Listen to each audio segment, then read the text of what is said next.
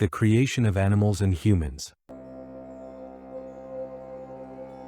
With the Titans gone and the Olympians reigning supreme, the world felt vast and empty. No life, no subjects or worshippers to sing their praises. To fill this void, Zeus turned to Prometheus, the clever Titan, and his brother Epimetheus, entrusting them with the task of shaping life on Earth. Epimetheus, whose name means afterthought, eagerly took the lead. He sculpted the animals first, shaping swift deer, soaring eagles, mighty lions, and slithering serpents. To each, he granted a special gift: wings to the birds, fangs to the wolves, thick hides to the bears, and venom to the serpents. Every creature received something to help them survive. But by the time he turned to humans, he had nothing left to give. No claws, no fur, no sharp teeth. Humans were left weak, vulnerable, and defenseless against the harsh world. Seeing this, Prometheus, whose name means forethought, stepped in. He shaped humans with greater care. He molded humans in the image of the gods, upright and noble, capable of reason and thought. Athena, the goddess of wisdom, admired his craftsmanship and breathed life into them, giving them intelligence and skill.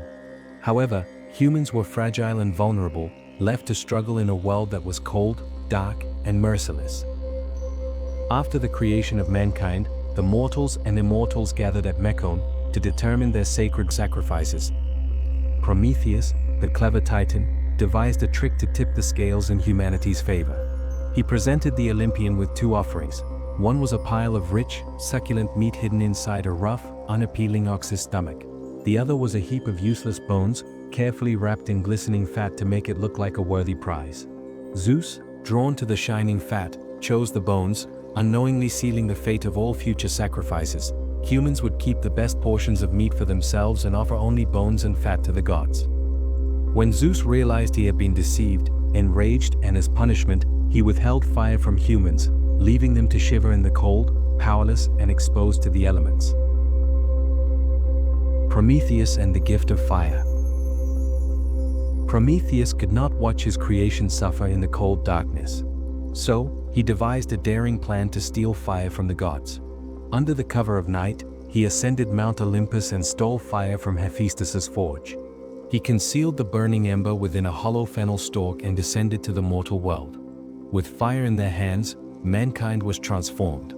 They could forge weapons, cook food, build homes, and light the darkness. Fire was more than survival. It was knowledge, power, and independence from the gods. And so, the age of mankind began, not as mere subjects of the gods, but as beings who dared to challenge them. When Zeus discovered Prometheus's defiance, he was enraged. As punishment, he ordered Hephaestus to chain Prometheus to the peak of Mount Caucasus, where a mighty eagle, Zeus's sacred bird, would descend each day to tear out his liver. By night, it would grow back, ensuring his torment would never end. Prometheus endured this agony for countless years, refusing to submit to Zeus's will. But fate was not done with him yet. During the Age of Heroes, the great hero Heracles, as one of his 12 labors, ventured to the Caucasus, where he slew the eagle with a well-aimed arrow and shattered Prometheus's chains. Though freed, the Titans' destiny remained forever entwined with mankind, their fire, their defiance, and their unbreakable spirit. Pandora and the origin of suffering. Infuriated by humanity's newfound power, Zeus devised another punishment. Since Prometheus gave them fire, he gave them something far worse: suffering. He ordered Hephaestus to sculpt the first woman from clay, shaping her with divine beauty. The gods each bestowed gifts upon her. Athena granted wisdom and skill, Aphrodite gave her irresistible charm, and Hermes instilled within her a dangerous curiosity. They named her Pandora, the all-gifted. Zeus offered Pandora as a bride to Epimetheus, Prometheus's unwary brother. Though Prometheus warned him never to accept gifts from the gods, Epimetheus was captivated by Pandora's beauty and took her into his home. But Pandora did not come alone. The gods also gave Epimetheus a mysterious jar, later mistranslated as a box, sealed tightly and never to be opened. However, curiosity burned within Pandora, a trait Hermes had intentionally placed in her heart. She could not stop thinking about what lay inside the mysterious jar. One day, she could no longer resist the urge.